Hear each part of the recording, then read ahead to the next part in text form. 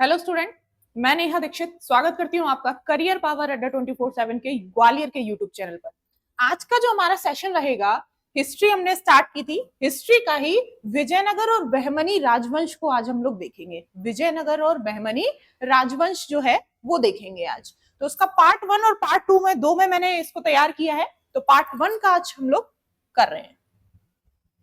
देखिए, सबसे पहले विजयनगर साम्राज्य की बात करेंगे। देखिए, विजयनगर और बहमनी की अगर हम लोग बात करें तो जो विजयनगर है वो हिंदू शासक का राज्य है और जो बहमनी है वो हमारे मुस्लिम शासकों का राज्य है। ठीक है, अब अगर एरिया वाइज इसको अगर हम डिफाइन करें कि एरिया क्या है दोनों का, तो देखिए ये इंडिया का नीचे वाला हमारा पार्ट है, डेक्कन साउथ का। ठीक है, तो ये वाला जो एरिया है लगभग साउथ का ये तो विजयनगर, और ये वाला जो एरिया है वो बहमनी, और यहां पर जो एक एरिया है इसको कहेंगे वारंगल। ठीक है, बंगाल का जो एरिया है वो वारंगल उस टाइम पे यूज शब्द होता था, तो वारंगल बोलेंगे। तो इस तरीके से ये जो है इसकी हम लोग स्टडी कर रहे हैं अपने इंडिया के साउथ वाले पार्ट की। ठीक है, क्योंकि अभी तक जब हमने देखा है चीजों को, तो दिल्ली सल्तनत को, मिडिवल हिस्ट्री की अगर हम बात करें तो हमने दिल्ली सल्तनत को देखा है। तो जो दिल्ली वाला पार्ट है वो कौन सा है? वो हमारा नॉर्थ वाला पार्ट है। ठीक है, नॉर्थ वाला पार्ट है, दिल्ली का जो पार्ट है वो नॉर्थ वाला पार्ट है ना। उसके बाद अब हम साउथ की तरफ देखेंगे तो हमारी दो बहुत ही अच्छी डायनेस्टी मिलती हैं, जिनमें से एक का नाम है विजयनगर, और विजयनगर डायनेस्टी या विजयनगर किंगडम भी कह सकते हैं, विजयनगर एम्पायर भी कह सकते हैं। और जो दूसरी है वो कौन सी है? वो है बहमनी एम्पायर या बहमनी साम्राज्य। तो आज हम लोग सबसे पहले हम लोग विजयनगर की बात करने वाले हैं, विजयनगर। ठीक है, तो विजयनगर की जब भी बात करेंगे तो दो चीजें बहुत ध्यान में रखनी है कि एक तो इसकी स्थापना किसने की। ठीक है, पहला याद रखना है हमें कि इसकी स्थापना किसने की, और दूसरा याद रखना है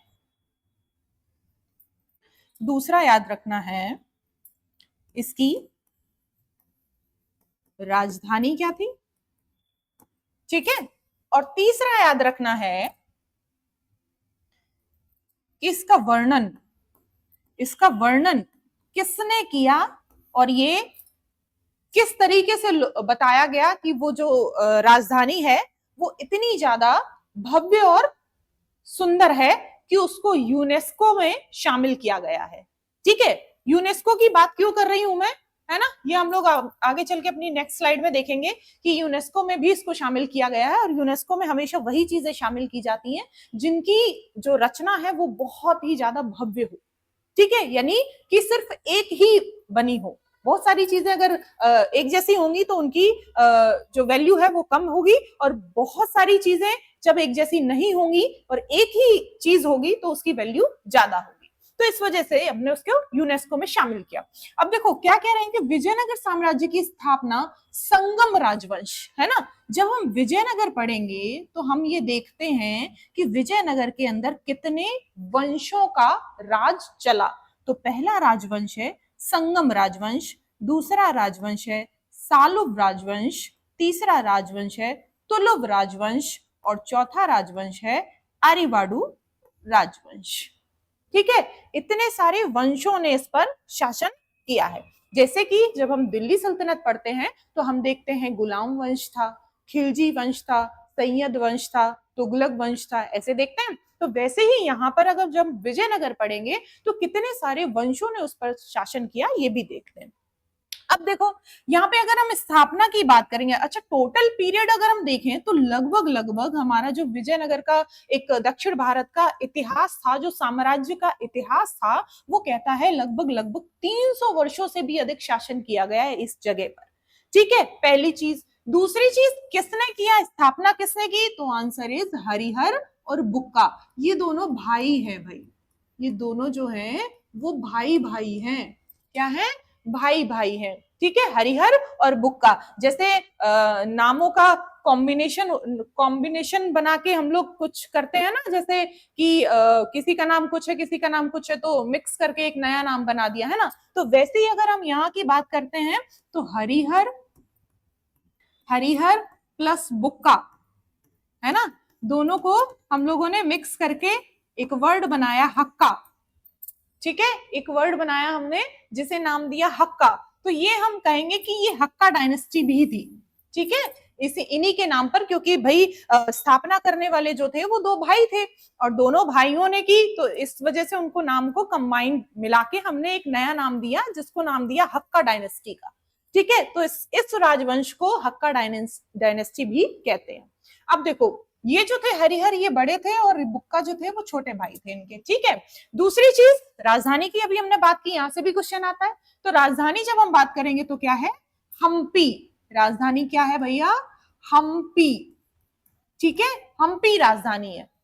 अब देखो हम्पी इसका नाम क्यों पड़ा, हर चीज के पीछे लॉजिक होता है ना। जैसे फिरोजाबाद को किसने बसाया, तो फिरोज शाह ने बसाया, इसीलिए उसका नाम फिरोजाबाद पड़ा, है ना। जौनपुर, जौनपुर नाम जगह का नाम जौनपुर क्यों पड़ा, तो जौना खां के नाम पे जौनपुर पड़ा।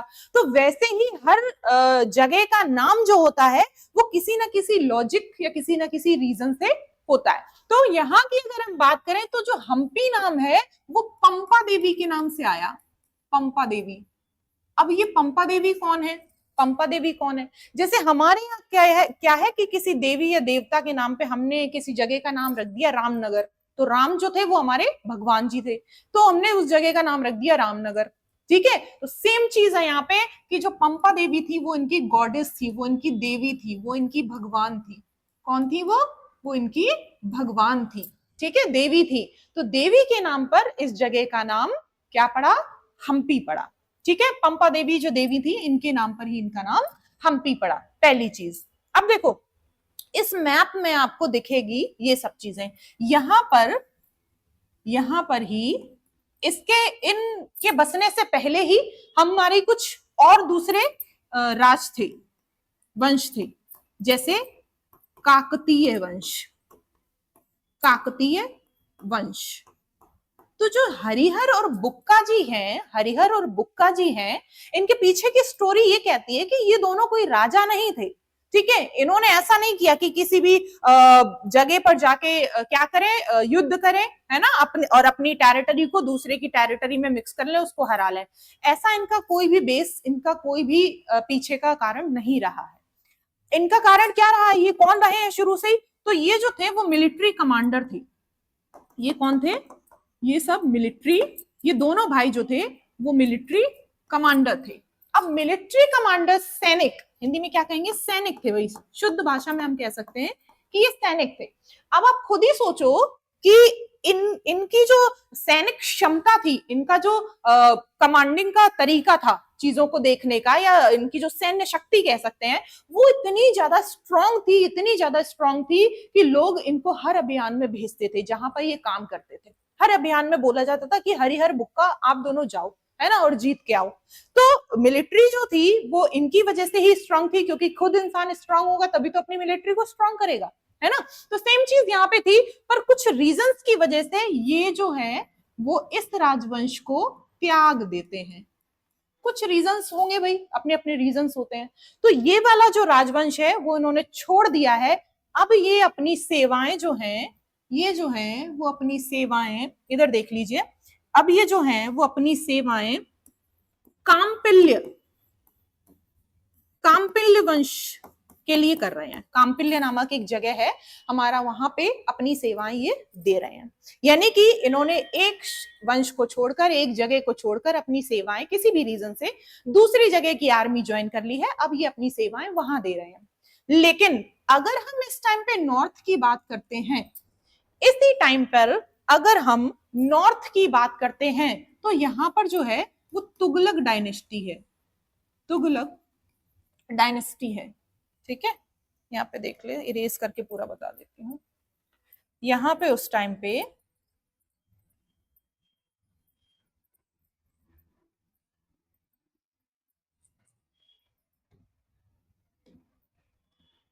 तुगलक डायनेस्टी है। तुगलक वंश चल रहा है, ठीक है। और तुगलक वंश में भी शासक कौन है, याद कीजिए, एमबीटी, मोहम्मद बिन तुगलक। तुगलक वंश का जो शासक है, जो एमबीटी है, यहां पर उसका राज चल रहा है भाई नॉर्थ में, ठीक है। क्योंकि दिल्ली पर अभी कौन, दिल्ली की सत्ता को किसने संभाली है, हमारे एमबीटी जी ने तो संभाली है। तो कुछ चीजें होती हैं इधर से, कुछ अटैक होते हैं, है ना, काम्पिल्य पर, काम्पिल्य पर कुछ अटैक होते हैं, और इन दोनों भाइयों को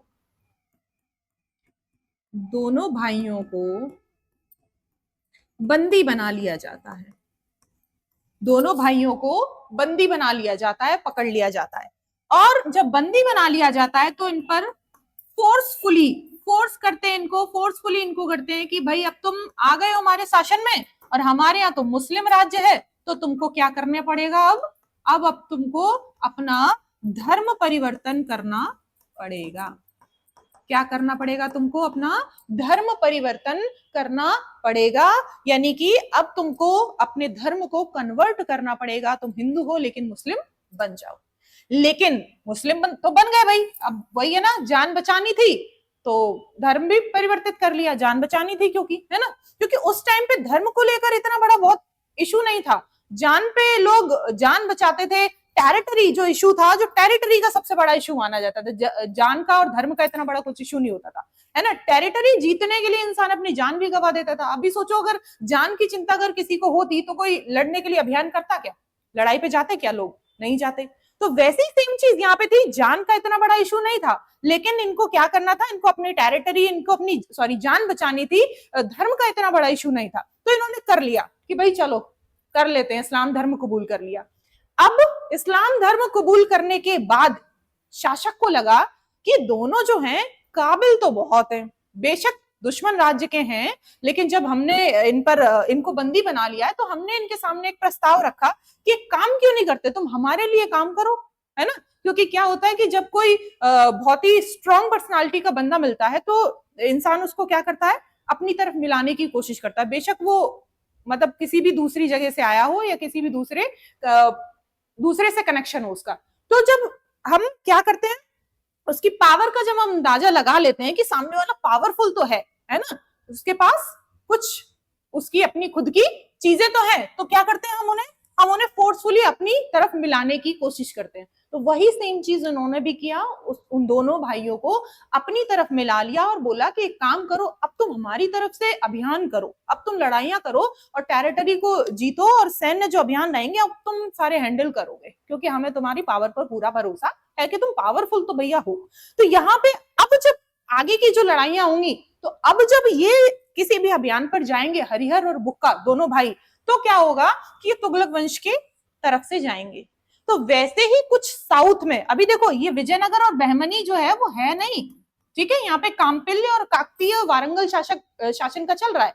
तो अब क्या होगा यहाँ पे कि ये दोनों साउथ में भेजे जाएंगे कि एक काम करो, दिल्ली में आ गई है ना, बंदी बना लिया यहाँ पे। अब ये जो तुगलक वंश के जो राजा हैं वो इनको कहाँ भेज रहे हैं, वो इनको साउथ में भेज रहे हैं कि एक काम करो, साउथ में जाओ और जितने भी अभियान है सारे अब तुम ही देखोगे, ठीक है। अब इनको यहाँ पे सुपीरियरिटी दे दी, इन्होंने इनको सुपीरियर बना के भेज दिया कि भाई अब तुम ही संभालो जो भी है, हम कुछ नहीं करेंगे, ठीक है। अब ये जब यहाँ पे साउथ में आएंगे तो यहाँ पर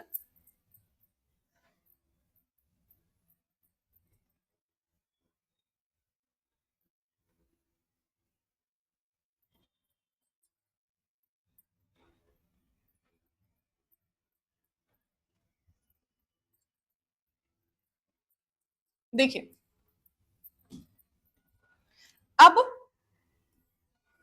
अब जब ये लोग साउथ में आएंगे तो यहां पर इनको एक संत मिलेंगे,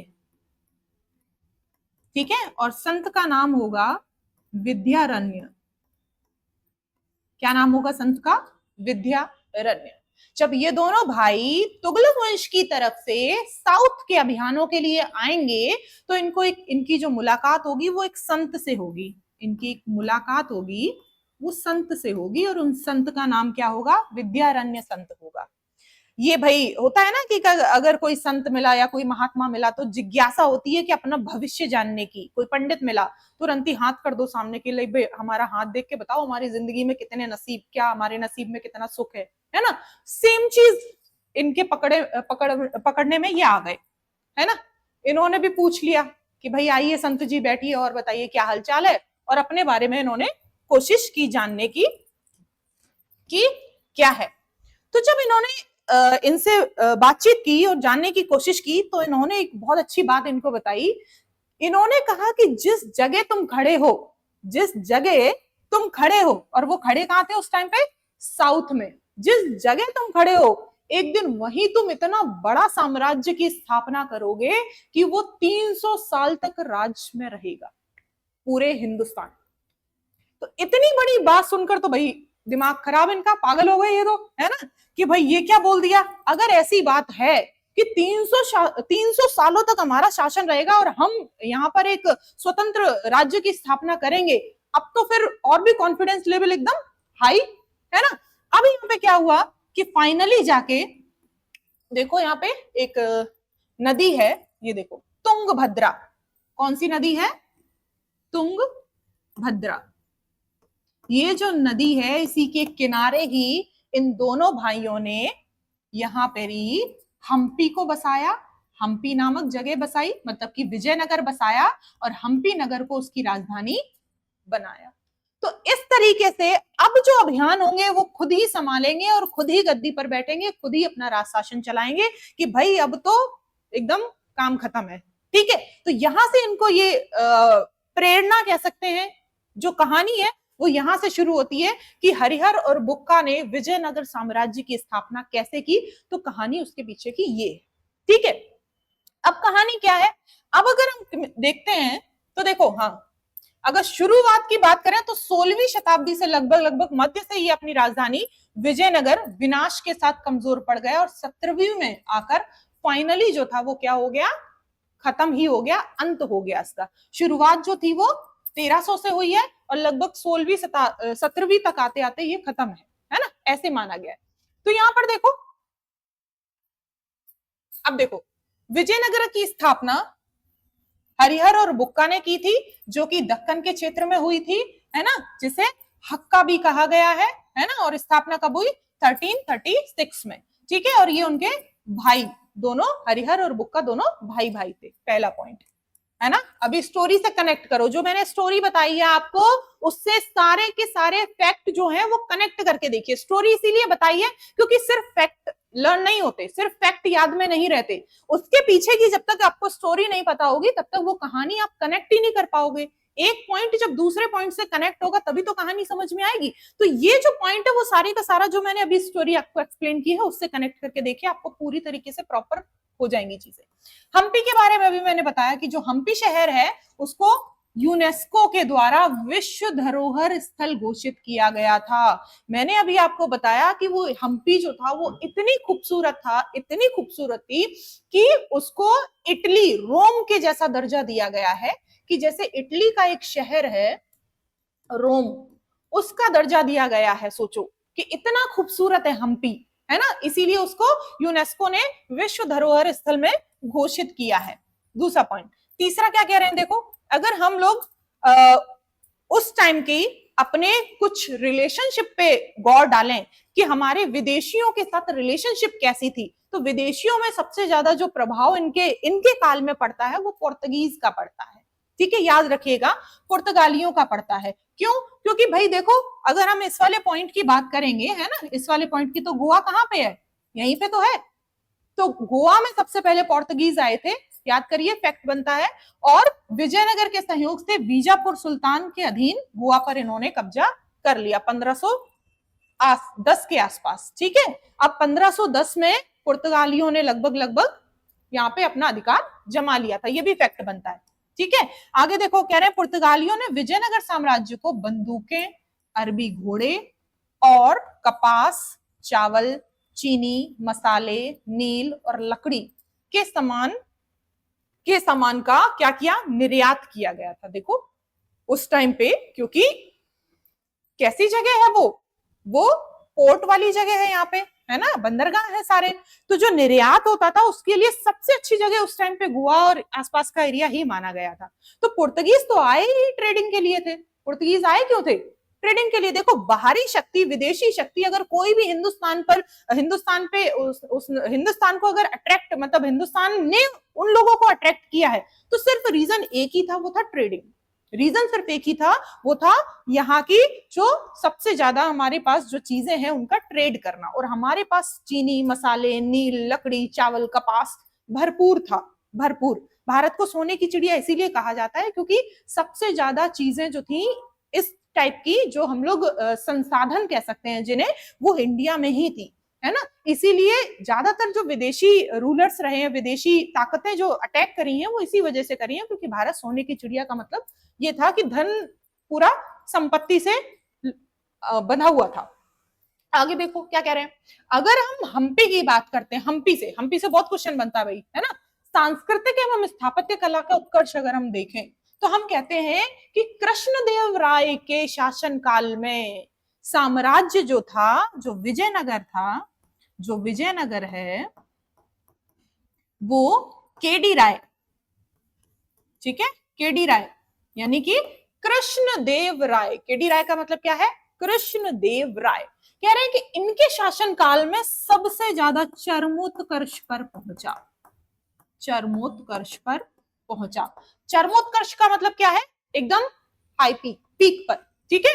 अब देखो क्या कह रहे हैं, कह रहे हैं कि दक्कन में पूर्व में उन क्षेत्रों पर विजय प्राप्त की जो पहले उड़ीसा का हिस्सा थे, ठीक है। उड़ीसा, ध्यान करिए, उड़ीसा भी इसी जगह पर है, ठीक है। तो उड़ीसा पर भी इसने कुछ अभियान किए और उड़ीसा के कुछ हिस्सों को भी अपनी तरफ इसने मिला लिया, ठीक है। पहले उड़ीसा का हिस्सा थे, लेकिन इसने दक्कन के पूर्व उन क्षेत्रों पर भी विजय प्राप्त की जो उड़ीसा का हिस्सा थे। दूसरा क्या कह रहे हैं, स्मारक से, कि अगर हम इनके काल की स्मारकों की बात करें, है ना, तो फिर जिसमें सबसे फेमस है हजारा राम मंदिर।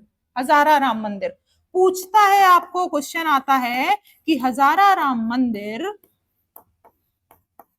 जो है वो किसने बनवाया था और किस जगह पर है। तो आंसर इज विजयनगर साम्राज्य का हिस्सा है ये। और दूसरा आंसर इस क्या होगा इसका, कि किसने बनवाया था, तो भाई इनके स्थापत्य कला का ये सबसे अच्छा उदाहरण है, ठीक है। कृष्ण मंदिर भी है एंड उग्र नरसिंह प्रतिमा शामिल है। उग्र नरसिंह प्रतिमा से भी क्वेश्चन आ चुका है कि भाई ये किसके शासन काल से संबंधित प्रतिमा है, तो आपका आंसर होगा किसके शासन काल से है, विजयनगर साम्राज्य के केडी रॉय के शासन काल से है।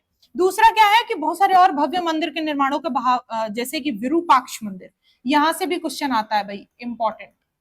विरूपाक्ष मंदिर, ठीक है। विठल मंदिर, यहां से भी क्वेश्चन आता है, विठल मंदिर, है ना।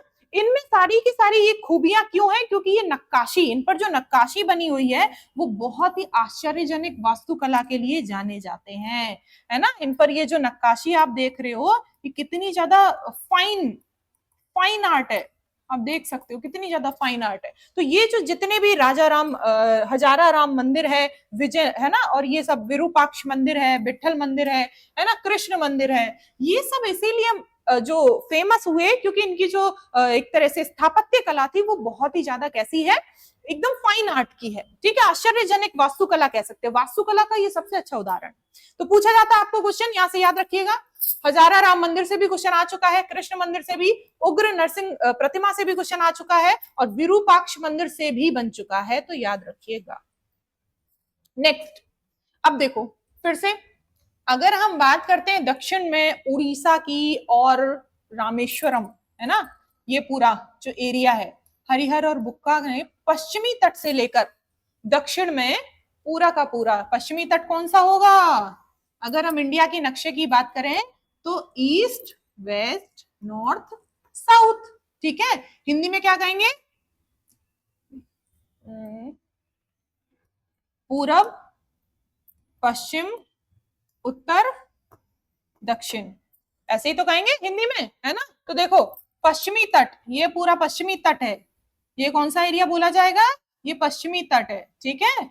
लेकर उड़ीसा के तक और दक्षिण में रामेश्वरम, ये वाला हिस्सा जो है वो, है ना, यहाँ पे तमिलनाडु वाला रामेश्वरम, और ये वाला जो एरिया है वो, ये भी पूरा यहाँ पे कवर किया किसने, हरिहर और बुक्का ने। तो अपने साम्राज्य का विस्तार इन्होंने इस तरीके से किया।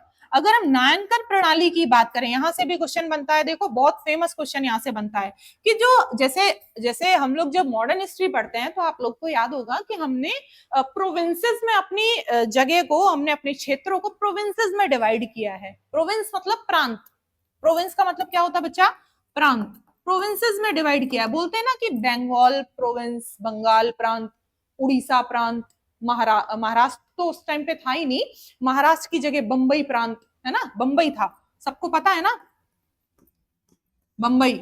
महाराष्ट्र तो था ही नहीं उस टाइम पे। किस टाइम की मैं बात कर रही हूँ, जब हम लोग प्रांत बोलते थे, ब्रिटिशर्स ईस्ट इंडिया कंपनी के टाइम की बात कर रही हूँ, ब्रिटिशर्स के काल की मैं बात कर रही हूँ। तो उस टाइम पे बंबई था, बंबई है ना। और आज की डेट में बंबई कोई जगह ही नहीं है, आज की डेट में क्या है वो, आज की डेट में वो मुंबई है ना। बंबई नाम की कोई जगह ही नहीं है, पहले थी। और वो पहले पूरा का पूरा एक प्रांत था। मैं फिर से कह रही हूँ, मुंबई जो है वो आज की डेट में एक सिटी है, और बंबई जो था वो प्रांत था, है ना। प्रोविंस कहते थे, बंगाल प्रोविंस, बंबई प्रोविंस, ऐसे करके। तो उस इस काल की भी अगर हम बात करें तो कुछ जो बहुत बड़े जगह थी उनको प्रांतों में डिवाइड किया गया था, ठीक है, प्रांत कहा जाता था। दूसरा, अगर हम डिस्ट्रिक्ट की बात करें, जैसे आज की डेट में डिस्ट्रिक्ट्स में बांटे गए हैं ना जगह, ये वाला डिस्ट्रिक्ट, ये वाला डिस्ट्रिक्ट, ऐसे करके।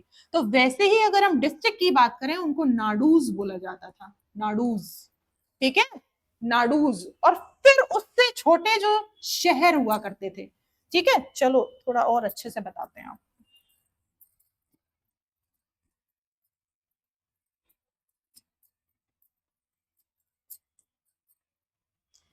देखिए, सबसे बड़ी जो जगह है उनको प्रांत बोला गया, ठीक है।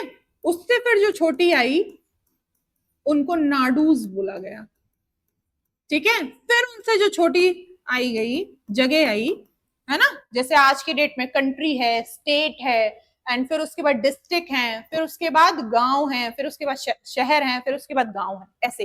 तो वैसे यहाँ पे सबसे बड़ा जो जगह है वो प्रांत बोला गया, प्रांत के बाद नाडूज बोला गया, फिर उससे जो छोटा आया उसको हमने स्थला बोला गया, स्थला, ठीक है। फिर उसके बाद जो और छोटा दायरा आया गया, और छोटा जो क्षेत्र आया गया उसको मेला ग्राम बोला गया, मेला ग्रामा, ठीक है, ग्रामा। अब देखो यहां पर प्रांत का दिया है, जिलों का भी दिया है, नाडूज का, गांव का भी दिया है, लेकिन ये लोग शहर का बताना भूल गए हैं। तो शहर का मैं बता रही हूं आपको। एक और चीज यहाँ पे ऐड कर लीजिए कि जो शहर थे उनको स्थाला बोला गया था, स्थालाज, ठीक है, स्थलाज। अब देखो, पूछता है ये भी क्वेश्चन, बहुत इंपॉर्टेंट क्वेश्चन बनता है कि अगर हम लोग इस प्रणाली में बात करें विजयनगर में, तो जगहों को किस तरीके से बांटा गया था, उनके नाम क्या थे, और किस तरीके से चीजें थी। तो हम यहाँ से क्वेश्चन ले सकते हैं कि बड़ी जगहों को प्रांत, फिर उनसे जो छोटी जगह है, जैसे आज की डेट में बड़ी जगह को हमने कंट्री बोला, देश बोला, फिर हमने स्टेट बोला, फिर हमने शहर बोले, डिस्ट्रिक्ट, फिर जिला, फिर हमने गांव बोला। तो वैसे ही हम यहाँ पे ये मेला ग्राम, ठीक है, इस तरीके से बांटा गया था। अब देखो, अगर ग्रामीण व्यवस्था की अगर हम बात करें तो, अच्छा एक चीज और यहाँ पे, जैसे हम लोगों ने, याद हो आपको, जब हमने आई थिंक अपना क्या कवर किया था, दिल्ली सल्तनत ही पढ़ रहे थे, तो मैंने वहां पे आपको एक प्रथा बताई थी, मनसबदारी प्रथा बताया था मैंने, सॉरी, एकता प्रणाली। मैंने वहां पे आपको एक एकता प्रणाली समझाई थी, याद होगा शायद आपको, कि जब हम, कोई सोल्जर था, कोई भी सोल्जर है, तो उसको हम लोग पेमेंट नहीं करते, हम लोग क्या करते हैं, उसको एक जमीन का टुकड़ा दे देते थे जिसको बोलते थे इक्ता, है ना। और उस जगह का उसको मालिक बना दिया, और उसको बना दिया इक्तादार, इक्तादार और इक्ता। वैसे ही यहाँ पे सेम चीज है कि जो सैनिक अपनी सेना का भरण पोषण करते थे उनको नायनकर प्रणाली में रखा जाता था, और वेतन के बदले अधिकारियों को जमीन दी जाती थी, और वे उसी जमीन से, अब देखो फिर से वही चीज कि अगर जमीन किसी को दी है तो जमीन का रखवाला भी होगा, है ना, इक्ता, इक्तादार। तो वैसे ही यहाँ पे जमीन दी, और वो अपनी जो लोग हैं, है ना, जो नायनकर बोलते हैं यहाँ पे, तो वो क्या कर रहे हैं, उस जमीन की रक्षा कर रहे हैं, और प्लस में अपनी जितनी भी सेना है उसका भरण पोषण भी वो उसी जगह पे से पैसा कमा के कर रहे हैं, ठीक है।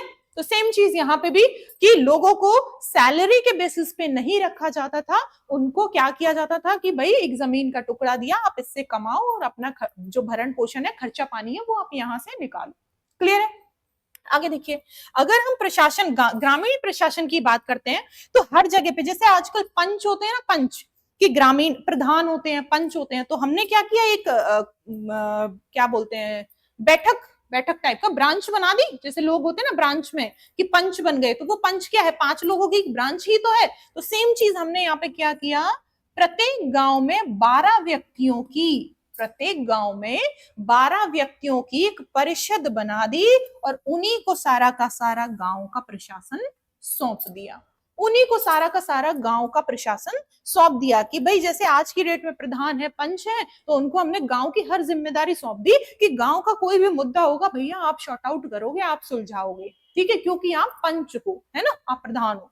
वैसे यहाँ पे 12 व्यक्तियों की एक हमने परिषद बना दी और उनको हमने गांव का हर मुद्दा दे दिया कि भैया हम तक बात नहीं आनी चाहिए, आप ही शॉर्ट आउट कर लो अपना। क्लियर है?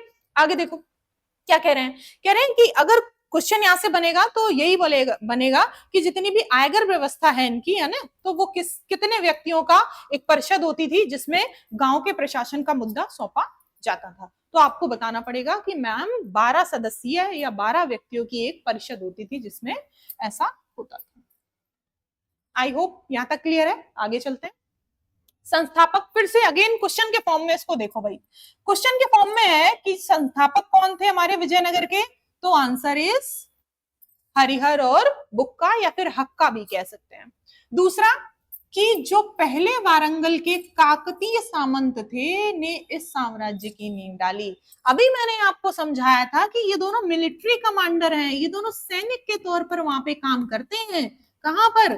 काकतीय शासन में, काकतीय शासक के यहाँ, ठीक है, काकतीय एक डायनेस्टी है छोटी सी, वहां पर ये काकतीय शासक के अंडर में काम कर रहे हैं। और उसके बाद ये वारंगल में ही है, ठीक है, ये वारंगल में ही है। और उसके बाद इन्होंने कांपिल्य ज्वाइन कर लिया। जैसे होता है ना कि एक जगह छोड़कर इंसान दूसरी जगह ज्वाइन कर लेता है ना, कुछ इश्यूज रहे होंगे, तो सेम चीज, सेम कहानी इनकी थी कि पहले ये काकतीय शासन के यहाँ काम करते थे, वारंगल के काकतीय सामंत थे, ठीक है। और दूसरा कि फिर इन्होंने कांपिल्य ज्वाइन कर लिया और फिर जब इनको बंदी बनाया एमबीटी ने, तो फिर ये कांपिल्य की सेना के लिए काम कर रहे थे, कांपिल्य की तरफ से ही लड़ने गए थे, ठीक है। और फिर जब उन्होंने बंदी बना लिया तो फिर इन्होंने उनका जो रिलीजन था वो कन्वर्ट करा लिया, इनको हिंदू से मुस्लिम बना दिया और मुस्लिम बनाकर इन्होंने इनको दक्षिण में भेज दिया कि तुम्हारी सेना, अपनी सेना लेकर जाओ, क्योंकि तुम एक अच्छे मिलिट्री कमांडर हो, तो तुम्हारी हमें तुम्हारे पावर पर पूरा यकीन है। तो वो जब वो वहां गए हैं और उनके जो एक संत थे उनको वहां मिले हैं, विद्यारण्य जी, उन्होंने जब उनको एकदम कॉन्फिडेंस के साथ पंप कर दिया कि भाई नहीं, तुम तो फिर राज करने के लिए बने हो, है ना, तुम सैनिक के लिए नहीं बने हो, तुम तो राज करोगे। तो वहां से ये कॉन्फिडेंस उनका बिल्ड हुआ और उन्होंने एक छोटा सा वहां पर विजयनगर साम्राज्य की स्थापना की। कहानी हमारी ये कहती है, तो कहानी के बेसिस पर ही, ठीक है, यहाँ पे देखो उन्होंने तुंगभद्रा नदी के किनारे विद्यानगर यानी विजयनगर, यहाँ पे विजयनगर है भाई, ठीक है, टाइपिंग एरर है इसलिए बता रही हूँ विजयनगर। देखो अब विजयनगर को पूछा जाता है कि दक्षिण का कौन सा साम्राज्य विजय का शहर कहलाता है, victory of, city of victory, क्या कहलाता है, city of victory, city of victory, ठीक है। पूछता है कि विजय का शहर कौन कहलाता है, सिटी ऑफ विक्ट्री, तो आपका आंसर होगा विजयनगर। आंसर क्या होगा, विजयनगर। अब देखो प्रेरणा इनको भाई कहां से मिली, तो अभी मैंने बताया था कि दिल्ली सल्तनत के मुस्लिम आक्रमणों के जवाब में, है ना, हिंदू संस्कृति और परंपराओं की रक्षा के लिए इस साम्राज्य का उदय हुआ था। अभी मैंने आपको बताया कि विजयनगर और बहमनी जब हम पढ़ते हैं तो दोनों में ये जानना, ये डिफरेंस करना बहुत जरूरी है कि जो विजयनगर है वो हिंदू परंपराओं के लिए, हिंदू संस्कृति और परंपराओं के लिए एक साम्राज्य का उदय हुआ था जिसको हम लोग विजयनगर के नाम से जानते हैं, और जो बहमनी है वो मुस्लिम शासकों का राज्य था, ठीक है। ये दोनों डिफरेंसेस आपको पता होने चाहिए। आगे की कहानी सुनिए, आगे की कहानी क्या कह रही है। अब अगर सांस्कृतिक योगदान देखें, यानी कला और साहित्य में इनका हम देखते हैं चीजों को, तो हम किस तरीके से देखते हैं, तो देखो कला और साहित्य क्या कह रहे हैं कि विजयनगर काल में विभिन्न क्षेत्रों में साहित्य का विकास हुआ भाई, ऑब्वियस है। तो जिसमें से प्रमुख जो लैंग्वेजेस थी वो कौन कौन सी थी? संस्कृत, तेलुगु, तमिल, है ना। भाषाओं में धार्मिक और धर्मनिरपेक्ष ग्रंथ लिखे गए, धार्मिक ग्रंथ भी लिखे गए और धर्मनिरपेक्ष ग्रंथ भी लिखे गए। यानी कि धर्मनिरपेक्ष ग्रंथ का मतलब यहाँ पे क्या है कि किसी भी एक धर्म को टारगेट नहीं किया गया, हर धर्म में इन्होंने ग्रंथ लिखे। ठीक है, किस किस लैंग्वेज में लिखे? तो संस्कृत में भी लिखे, तेलुगु में भी लिखे, तमिल में भी लिखे। हर टाइप की भाषा का विकास यहाँ पे हो रहा है, ये चीज ध्यान रखिएगा। इस अगर हम इस जगह की बात करें, विजयनगर की हम बात करें, तो हम ये कह सकते हैं कि हर प्रकार की भाषा और हर प्रकार का जो कला और साहित्य है वो यहाँ पे देखने को मिलता है। अगर हम मंदिरों की बात करें तो बहुत सारे हिंदू मंदिर, है ना, मंदिर की वास्तुकला का विकास यहाँ पे हुआ और आज भी हम्पी के अवशेषों में दिखाई देता है। अगर हम आज भी हम्पी के अवशेष देखते हैं तो हमें ये सारी चीजें आज भी देखने को मिलती है। तो यहाँ से जो क्वेश्चन बन सकता है कि कौन कौन सी लैंग्वेजेस का यहाँ पे विकास हुआ, तो आप बता सकते हैं संस्कृत है, तेलुगु है, तमिल है ना, और सारी चीजें। मंदिर वास्तुकला भी अच्छी तरह यहाँ पे विकसित थी। मंदिर की जो वास्तुकला है वो भी पूरी तरीके से यहाँ पे विकसित पाई गई है। अभी मैंने बताया कि इसकी जो तुलना है वो इटली के रोम शहर से की गई है। तो आप सोचो, इमेजिन कर सकते हो, क्या इमेजिन करो क्या कि मतलब कितना खूबसूरत रहा होगा। इमेजिन करके देख सकते हैं कि कितना खूबसूरत रहा होगा ये शहर। आगे देखते हैं। अगर हम पतन की बात करें भाई, है ना, पतन की अगर हम बात करते हैं तो जो लास्ट में यहाँ पर क्या होता है कि दक्कन में, दक्षिण में मुस्लिम सुल्तानों का एक गठबंधन था जिसने विजयनगर पर हमला कर दिया था और ये फाइनली वहां से ब्रेक होता गया। मतलब धीरे धीरे, ऐसा नहीं होता कि एकदम से कोई भी शासन व्यवस्था पूरी तरीके से ध्वस्त हो जाए, ऐसा कभी नहीं होता। धीरे धीरे पतन की तरफ इंसान बढ़ता है ना। एक लड़ाई हार गए, दूसरी हार गए, तीसरी हार गए, एंड फाइनली जाके हमारा पतन हो गया। तो अगर राजधानी का विनाश देखें, अगर हम हम्पी का देखते हैं तो पूरी की पूरी राजधानी को हमारे एक हमले ने बिगाड़ दिया, जिसे रेसी तालिब की संधि कहा जाता है, रेसी तालिब का हमला कहा जाता है ना। इसे साम्राज्य इसका जो था वो कमजोर पड़ गया और इसके बाद भी लगभग 70 वर्षों तक ये अस्तित्व में रहा। सोचो, है ना, एक छोटे से राज्य के तौर पर ये उसके बाद भी 70 वर्षों तक अपना अस्तित्व में रहा। आगे की कहानी क्या कहती है? देखो, इसमें बहुत सारे शासक थे, बहुत सारे शासक थे, लेकिन हम लोग जो ज्यादातर जो फोकस करते हैं, जहां से क्वेश्चन आने के चांसेस ज्यादा रहते हैं, वो रहते हैं केडी रॉय से, यानी कृष्णदेव राय से। केडी रॉय, ठीक है, इनको हम लोग कहेंगे केडी राय। केडी राय के बारे में पढ़ेंगे। तो अगर हम विजयनगर साम्राज्य पर इनका टाइम पीरियड देखते हैं तो 1509 से लेकर क्या जाता है 1529 तक, यानी लगभग लगभग 20 साल इनका शासन रहा है। ठीक है, इस 20 साल के अंदर इन्होंने अपने आप को ऐसा बनाया कि शायद पूरी दुनिया में इनका वर्चस्व था, है ना। कैसे बनाया? देखो क्या बोल रहे हैं कि इससे पहले 1530 की अगर हम बात करें में अच्युत राय और उसके बाद 1542 में सदाशिव राय ने शासन संभाला। इनके बाद की बात हो रही है। अब इनकी बात करते हैं। कह रहे हैं कि उन्हें विभिन्न उपाधियों से जाना जाता है। क्वेश्चन बनता है, नोट करिएगा, इंपॉर्टेंट क्वेश्चन बनता है, इंपॉर्टेंट क्वेश्चन बनता है क्या कि इन्हें कौन कौन सी उपाधियां समझते हैं ना। जैसे गांधी जी को महात्मा कहकर बुलाया जाता है कि गांधी जी महात्मा गांधी है। महात्मा उनका नाम तो नहीं है, महात्मा उनकी उपाधि है, उनको टाइटल दिया गया है। तो वैसी सेम चीज यहाँ पे है कि भाई इनको, केडी रॉय को किन किन नामों से और जाना जाता है। तो फर्स्ट वाज हम लोग पहला जो है वो नाम देते हैं कन्नड़ राय का, कन्नड़ राय के नाम से भी इनको जाना जाता है। पहला क्वेश्चन यहां से बनेगा। दूसरा, कन्नड़ राज्य राम रमण, दूसरा क्वेश्चन यहां से बनेगा। एंड तीसरा, है ना, तीसरा क्या कहते हैं, देखो याद रखिएगा, राम रमन, है ना, ये याद रखिएगा, राम रमण।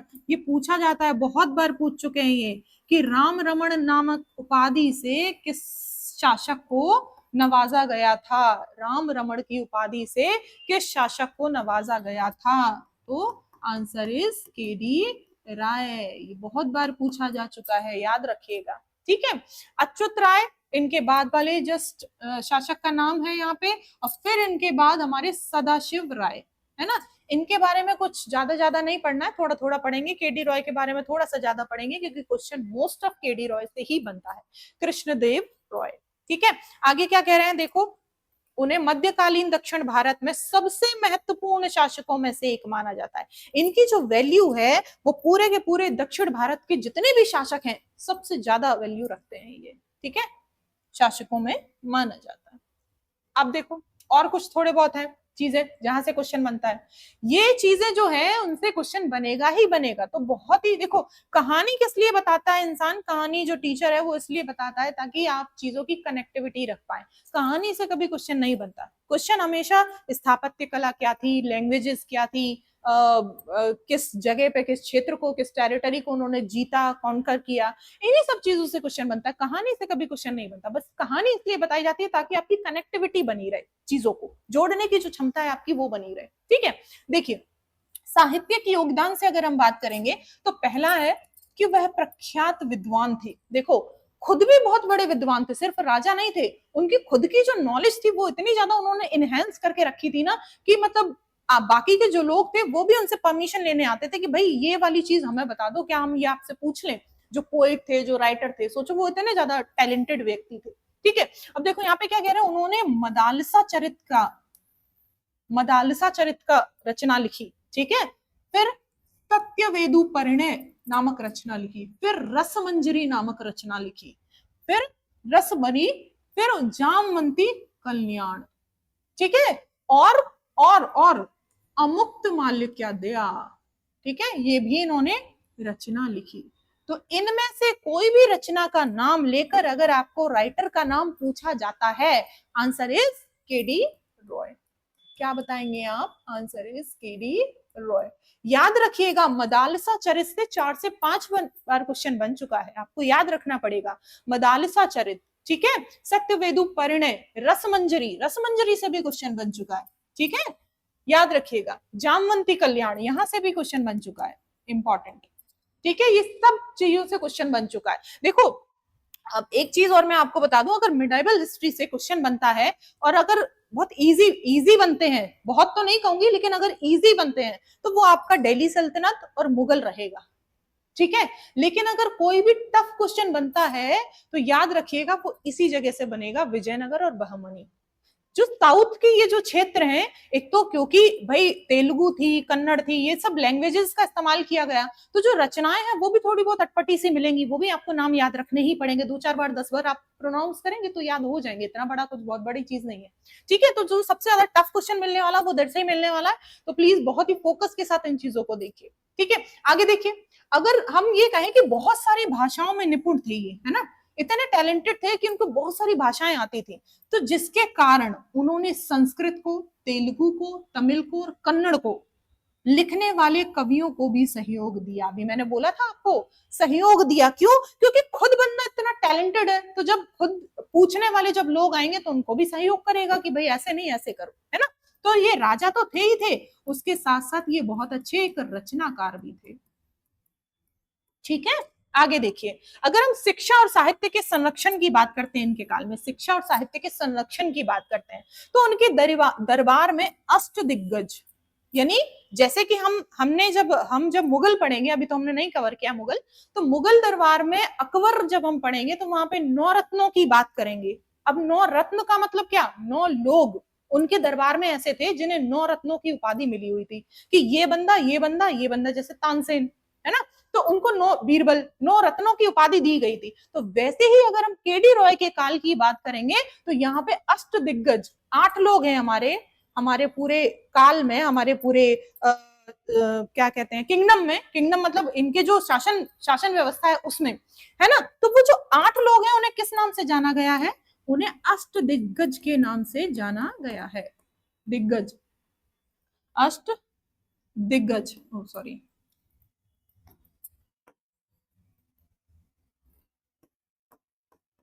अष्ट दिग्गज। ठीक है, उनको किस नाम से जाना गया है? अष्ट दिग्गज के नाम से जाना गया है। अब इन अष्ट दिग्गज में हम लोग 8 के 8 नहीं पढ़ेंगे, 8 हैं, ठीक है, 8 लोग हैं, ये याद रखिएगा, इसमें 8 लोग हैं, लेकिन हम लोग 8 के 8 नहीं पढ़ेंगे क्योंकि वहां से क्वेश्चन नहीं बनता, सिर्फ 2 से क्वेश्चन बनता है। अब देखो उन दोनों में भी एक का नाम तो मैंने यहाँ पे मेंशन किया है, लेकिन एक का नाम मैंने यहाँ पे मेंशन नहीं किया है। एक का नाम क्या है? अल्लासी, अल्लासी पेदन्ना। क्या नाम है? अल्लासानी पढ़ लो, अल्लासी किसी किसी जगह अल्लासी भी मिलता है, ठीक है, तो अल्लासी पेदन्ना, पेदन्ना, ठीक है, अल्लासी पेदन्ना, आधा दा और पूरा दा ऐसे बनेगा, ठीक है, पेदन्ना। अल्लासी पेदन्ना का नाम याद रखिएगा, बहुत बार क्वेश्चन बन चुका है, और इनकी जो एक रचना है वो भी बहुत ही फेमस है। इन्हें आंध्र कवि पितामह के नाम से भी जाना जाता है। ये इनकी उपाधि है, ये इनकी उपाधि है। क्या है इनकी उपाधि? इनको क्या नाम दिया गया है? आंध्र कविता पितामह। जैसे हमारे भीष्म पितामह थे, वैसे ही भीष्म उनका नाम था ना, लेकिन पितामह उनको बोला जाता था, वैसे ही यहाँ पे इनका नाम क्या है? अल्लासी पेदन्ना, लेकिन इनको उपाधि क्या दी गई है? आंध्र कविता पितामह, ठीक है, इनको उपाधि दी गई है। पूछा गया है बहुत बारी कि इनको किस उपाधि से नवाजा गया, तो आप बताएंगे आंध्र कविता पितामह, आंध्र कविता पितामह। आंध्र कविता पितामह की उपाधि किस अष्ट दिग्गज को दी गई थी? Answer is Allasani Peddana, answer is Allasani Peddana. अच्छा, दूसरा वाला मैंने मेंशन क्यों नहीं किया? क्योंकि दूसरे वाले को आप सब जानते हैं, सब जानते हैं। हम हमारी जो एज ग्रुप के लोग तो अक्सर ही जानते होंगे। क्यों जानते होंगे? क्योंकि बहुत बचपन में ना उनकी स्टोरी बुक्स आती थी, बहुत बचपन में, है ना, आती भी, आज भी आती होंगी, लेकिन अगर शायद आप लोगों ने पढ़ी हो नहीं पढ़ी हो मैं नहीं कंफर्म कर सकती, लेकिन स्टोरी बुक जो आती थी वो उस टाइम का हर बच्चा पढ़ता था, और मतलब जो पेरेंट्स थे वो ये बोलते थे कि आप टीवी देख रहे हो, उससे ज्यादा बेटर है कि आप क्या करो, स्टोरी बुक पढ़ो, इससे आपको हिस्ट्री की नॉलेज मिलेगी। तो उस टाइम पे एक बुक आती थी स्टोरी की, तेनाली रामा, ठीक है, तेनाली रामा। याद आया किसी को? तेनाली रामा की कहानियां भी बहुत सारी यूट्यूब पे पड़ी हुई हैं, आप लोग देखिएगा, आपको समझ में आएगा। तो जो तेनाली रामा जी थे, ये भी हमारे अष्ट दिग्गज में ही शामिल है, ये भी हमारे अष्ट दिग्गज में ही शामिल है, ठीक है। अगर हम अष्ट दिग्गजों की बात करते हैं, और किसके दरबार की बात कर रहे हैं अभी हम लोग केडी रॉय के दरबार की ही बात कर रहे हैं, ठीक है। यानी कि अगर हम बात करें विजयनगर की, अगर हम लोग बात करें विजयनगर की, तो हम ये कह सकते हैं कि यहाँ पर हमारे अष्ट दिग्गज जो थे, उनमें से जो हमारे 2 थे वो अल्लासी पेदन्ना और तेनाली रामा जी थे। क्लियर है?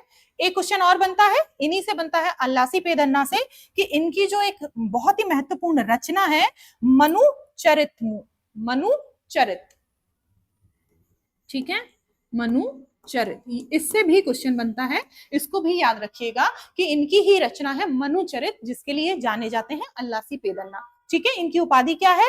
आंध्र कविता पितामह, आंध्र कविता पितामह। क्वेश्चन आता है कि तेनाली रामा किसके काल के हैं, तो आप बता सकते हैं यहाँ पे केडी रॉय एंड विजयनगर साम्राज्य से ये रिलेट करते हैं। और दूसरी चीज क्या बता सकते हैं कि ये जो अष्ट दिग्गजों में ये शामिल थे, जैसे अकबर के 9 रत्न और केडी रॉय के अष्ट दिग्गज। क्लियर है? तो आई होप कि इतना क्लियर हुआ होगा आप लोगों को।